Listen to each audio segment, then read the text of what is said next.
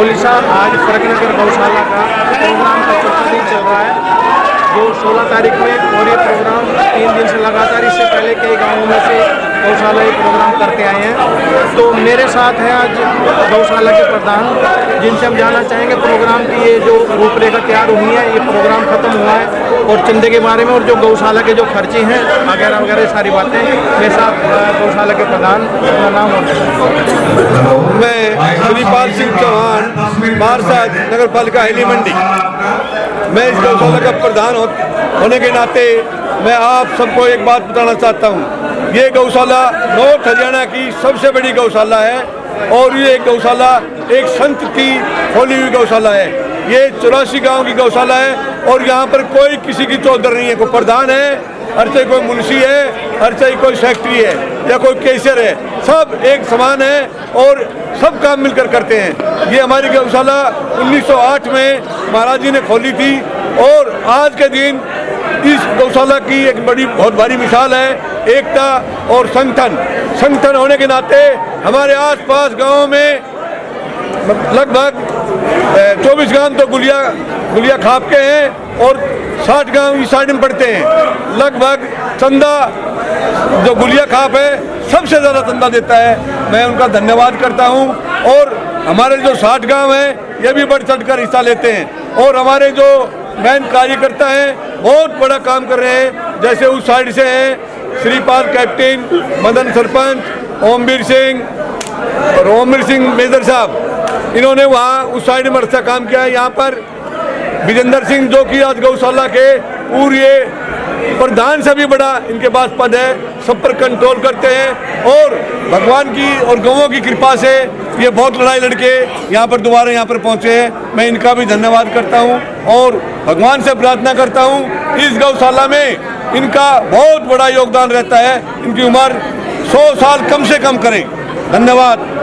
प्रधान जी, एक बात हो, जब से आपकी गौशाला में आने लगे हैं, दो चीज़ों के साथ साथ एक चीज़ सबसे अलग मिलती है, चौधरनी सेवा चाहिए। ये जो स्लोगन है, ये स्लोगन है, इस तरीके से कार्य भी होता है इसमें। ये मैं बता चुका हूँ, यहाँ पर चौधर है ही नहीं, यहाँ पर सब काम करने वाले हैं। मैंने बताया नहीं था, प्रधान नहीं, कोई सेक्रेटरी नहीं, कोई मैनेजर नहीं, सिर्फ नाम के बनाते हैं और बाकी काम सब मिलकर करते हैं। ऐसा कुछ नहीं है अब कोई प्रधान आएगा तभी काम होगा। प्रधान आए तो मर्जी, ना आए तो मर्जी, और बड़े एक्टिव केस है यहाँ पे लोग हैं। जैसे जगदीश लमड़दार है, यहाँ पर मलखान सिंह है कैशियर, बहुत बड़े काम करते हैं। मलखान का कूड़ा का लेन देन सबकी अलग अलग ड्यूटियाँ हैं और सब मिलकर करते हैं। जगदीश लमड़दार तो काफ़ी गौशाला के अंदर मतलब टाइम देता है। रामकुमार है मुंडा खेड़ा से, डॉक्टर रामकुमार सिंह है, और निमाड़ा से रामकुमार है, ताराचंद है, काफ़ी इनका योगदान है। और उधर विक्रम और अपना रोहतान सिंह बड़ा अच्छा काम किया है, जो कि काफ़ी सुधार हुआ है पिछले साल से। लगभग मैं ये वादा करता हूँ अब हमारी कागजों का और ग्राउंड का एक काम पाएगा, कोई नकली काम नहीं होगा। जो ग्राउंड में है वही कागज में है, वो कागज में वही ग्राउंड में है, किसी का कोई भेदभाव नहीं है। और ये गौशाला बहुत अच्छी चल रही है आपके सहयोग से। ना दुकान है ना जमीन है, सिर्फ आपके ही चंदे से चलती है। आपका धन्यवाद करता हूँ। राम राम। प्रधान जी, एक सवाल, अपनी जो गौशाला में है जो बच्चियाँ छोड़ने का और ले जाने का क्या प्रोसीजर है? हम गाय से कोई वसूली नहीं करते हैं। जो गाय और बच्चा छोड़ने आते हैं कोई पैसा नहीं लेते। जैसे बिजार है, आकल है, बाछड़े हैं, इनसे 500 रुपये की फीस लगाई हुई है, और बाकी हमने भी नहीं लगाई है। ये अपनी खुशी से दे के जाते हैं। लगभग 500 रुपया ये जो समाज है ये दे के जाता है। इनके ऊपर वो भी दंड नहीं है। अगर कोई ऐसी बात हो, कोई गरीब है, कोई बताओ और छोड़ जाओ। ये आपकी सबकी गौशाला है, एक मेरी गौशाला नहीं है, ना एक कमेटी की है। जी, आप थोड़ा माफ चलो, कोई बात नहीं, कोई नहीं लगा रहा। तो आप इस गौशाला के बारे में कुछ और बातें हैं जो अपनी पब्लिक है। मेरा मानना है, सुनो, मेरा मानना ये है, जो लोग गौशाला की और गाय की परिभाषा भी नहीं जानते, हमारा जो चैनल है, अपने जो न्यूज़ है, ये बहुत दूर तक जाएगी। तो उनको बताने के लिए आप क्या कहें, गौशाला कैसे चलते, कैसे गौशाला का होता है, और क्या क्या इसमें अपने जो रखने का रख रखाव खर्चा। सबसे पहले मैं छायाकार पत्रकार साथियों का धन्यवाद करना चाहूँगा कि आपने हमारे लिए समय दिया। मैं विजेंद्र गुड़िया, गाँव पेड़पा है मेरा। मैं पिछले 21 साल से यहाँ जुड़ा हुआ हूँ और आज तक मैं जितने हमारे कमेटी के प्रधान रहे हैं वो सभी लोग हमारे साथ हैं। हमारे यहाँ पर बड़ी एकता का बड़ा परिचय है और हमारे यहाँ का हिसाब किताब बड़ा पारदर्शी है। आपने देखा होगा ये 84 गांव की गौशाला बोली जाती है। अब हर साल हम 2, 3, 4 गांव को जोड़ते हैं। अभी हमारे साथ लगभग 30 से 40 गांव हमारे साथ कार्यरत है जो हमारे साथ काम करें। यहाँ का हिसाब किताब में बड़ी पारदर्शिता है। अलग अलग तरीके से हम यहाँ का हिसाब रखते हैं। परचेज कमेटी अलग है, कुछ साथी इकट्ठे होकर सामान खरीद के लेके आते हैं। उसके बाद में वो सामान का बिल आता है, बिल को जो ना मैनेजर के पास आता है, उसके अलग से दूसरे आदमी वेरीफाई करते हैं। वेरीफाई होने के बाद में कैश कमेटी अलग से है, वो कैश कमेटी उस हिसाब किताब को चेक करके तब उस अगली पार्टी का चेक बनाती है। इसके अलावा हमारी कमेटी में लगभग जो ना 50-51 आदमी अभी हाजिर हैं, अलग अलग जातियों से बिलोंग करते हैं। बड़ा आपसी मेल भाव है। आज तक हमारी गौशाला में ना कभी इलेक्शन हुआ, ना भविष्य में कभी इलेक्शन होने की संभावना है। हम नॉमिनेट इलाके देख के इस हर साल में अलग अलग से जो ना प्रधान चुनते हैं। इस साल भी हमारे प्रधान अलग हैं, सेक्रेटरी अलग हैं, उसके बाद कैश कमेटी अलग है, परचेज कमेटी अलग है। तो सब तरह का हिसाब किताब बड़ा साफ सुथरा है। और जो भी लोग हमारे साथ जुड़े हुए, अभी आपने देखा होगा हमने इस प्रोग्राम में 4 दिन का ये प्रोग्राम चला। 4 दिन के कार्यक्रम में लगभग 1,56,00,000 रुपए नकद कैश आप लोगों के सामने आया। और इसके अलावा तूड़ा, गेहूं और दाना, अनाज, कुट्टी, ये सब अलग अलग से दानियों ने दान दिया। हम बड़े इस बात से बड़े प्रभावित हुए क्योंकि इस साल में पिछले सालों की अपेक्षा हमारे दानी लोग और बढ़ के आए। और हम भविष्य में कल्पना करते हैं जिन गाँव का दान राशि नहीं आई उनसे भी मेरा हाथ जोड़कर प्रार्थना है कि वो लोग भी हमारे साथ जुड़े। हर महीने की 10 और 25 तारीख को गौशाला में मीटिंग होती है। सभी साथियों से मेरा अनुरोध है कि वो सभी साथी इस गौशाला में आने का कृपा करें, कष्ट करें। और अगर हमारे से किसी भी प्रकार की गलती है, कोई भी हमारा कार्यक्रम गलत है, तो हमारे दफ्तर में जो ना शिकायतें सुधार रजिस्टर रखा हुआ है, वो साथी कभी भी किसी वक्त आके उसमें लिख सकते हैं ताकि हम उसको भविष्य में कल्पना करें, उसको हम देख सकें, उसको हम सुधार कर सकें। ये हमारे साथ थे जो कमेटी से जुड़े हुए अपनी रूपरेखा पूरी गौशाला की बता रहे थे। एक फरकनगर गौशाला में एक चीज़ और नहीं देखने मिलते हैं महाराज जी। महाराज जी एक मिनट आइए आप। बाबा निर्माणपुरी जी महाराज, कैमरे की ओर बता दें। हाँ, बाबा निर्माणपुरी जी महाराज गौशाला में 24 घंटे कार्यरत है। और हमने अब की बार एक नया सिस्टम बनाया कि हमने सारी गौशाला में कैमरे लगवा दिए। हर गांव से हमने कमेटी के जो सदस्य हैं, हर गांव से 2 से 4 सदस्य को हम गांव से जो गांव वाले देंगे, हम 2 से 4 सदस्य को कमेटी के एक्टिव मेंबर होंगे और उनको इंटरनेट के माध्यम से और जो ना हर गांव से 4-4 आदमी को 5-5 आदमी को गौशाला के इंटरनेट से जोड़ देंगे। वो साथी कभी भी किसी भी वक्त अपने घर पे नेट खोल के देख सकते हैं। अगर उनको वहाँ पर भी कोई शिकायत लगती है तो हम उसका सुझाव दे सकते हैं। सुझाव दे सकते हैं। महाराज हमारे साथ बाबा निर्माणपुरी जी, इनसे जानना चाहेंगे। महाराज पहली बात तो आपको बधाई और हमारी तरफ से भी, क्यों हम पहले दिन जब 13 तारीख को आए तो बहुत से काम ऐसे कर रहे थे आप गौशाला में जो आप ये करने वाले नहीं थे, जैसे बिजली का काम, पंखा चल, लाइट लगाना, क्या कर रहे हैं। मुझे लग रहा है आपकी उससे बड़ी गौशाला को है तो अपना समाज, इतने बड़े समाज में लगभग 100 गांव से ज़्यादा है और मुझे यहाँ सब कुछ मुझे सौंप रखा है। ये मेरा अपना घर है। सबसे बड़ी बात है मुझे गेट के बाहर गौओं के लिए चंदा जाना नहीं पड़ता।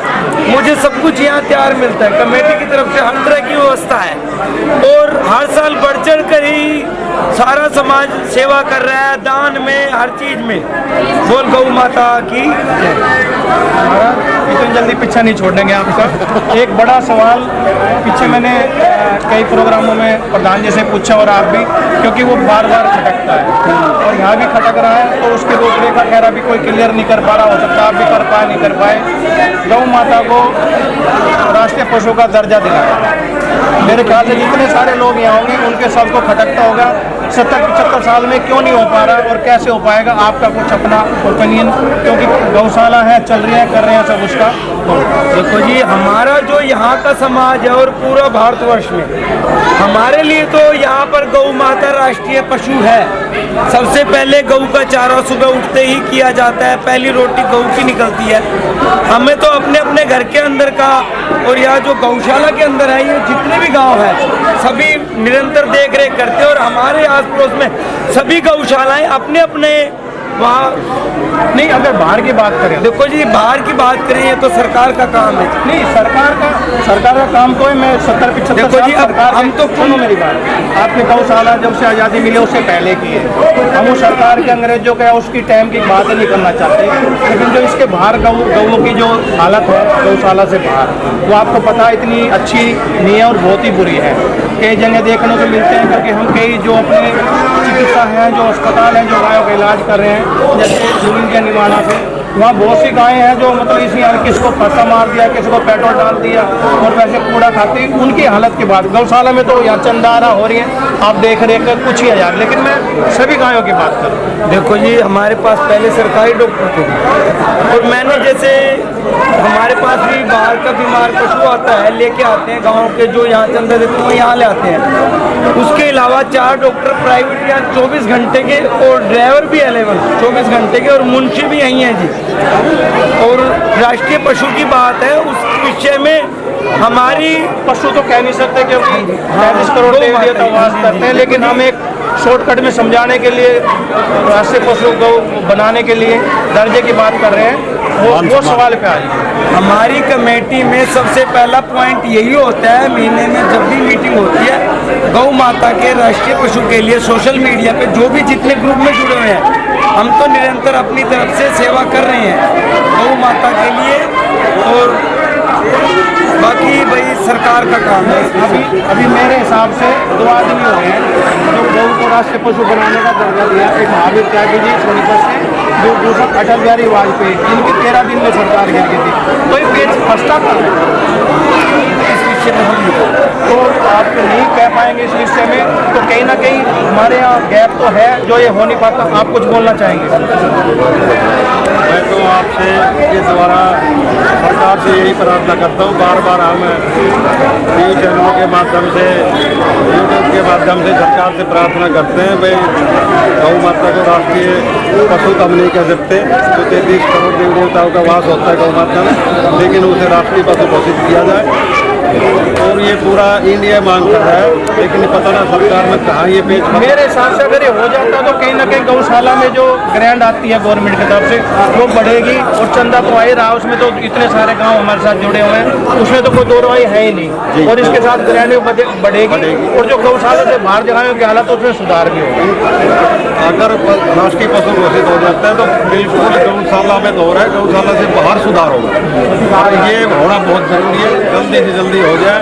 और मैं युवा साथियों से ये आह्वान करता हूँ, इस गौशाला में सबसे छोटी कम उम्र का मैं हूँ, तो मैं सबसे युवाओं से भी अनुरोध करता हूँ भाई गौ माता की सेवा करें और गौशाला में युवा ज़्यादा से ज़्यादा जुड़े।